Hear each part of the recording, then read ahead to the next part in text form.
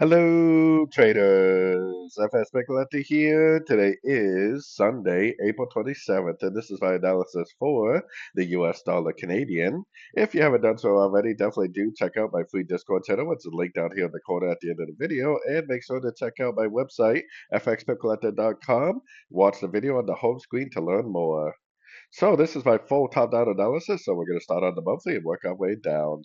So on the monthly, we have what is very clear to me, a five-wave impulsive move to the upside ending right here. So everything from that point on is just a corrective pattern. We have what I think is very clearly three waves down.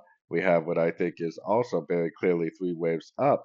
So we got three waves down, W, three waves up, X. We have impulsive down, A of Y, three waves up, B of Y, and now we're likely in a five-wave impulsive move to the downside for a wave C of wave Y, which I think will take out all these lows.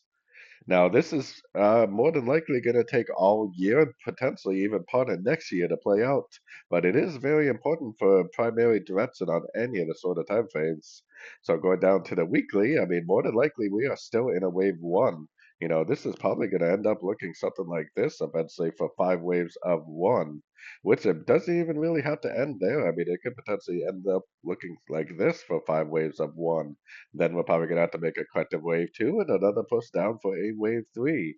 So we are still only in the first wave of this huge push down. So, anyways, taking it down to the daily time frame, it is very, very obvious to me that this is a one, this is a two, and we're currently in a wave three. We haven't really hit the appropriate Fibonacci levels for wave three yet either.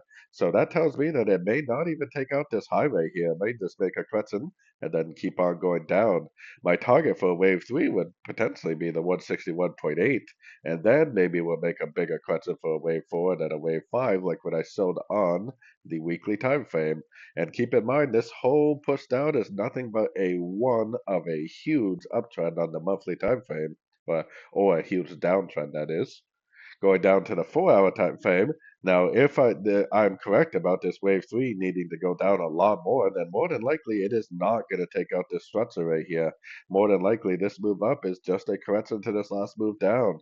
More than likely, it is going to bounce off one of these fib levels and continue the downtrend. So if you are trading the very short time frames, you could probably still be looking for longs, but keep in mind that it is almost definitely a correction to the higher time frame downtrend. So that's why when they go down to this 1 hour time frame, I got my Fibonacci retracement on this move down. I'm looking at this move up right here as a crescent. I'm looking for a Fibonacci bounce and a break of structure. I mean, we did get a Fibonacci bounce, but we definitely don't have a break of structure yet.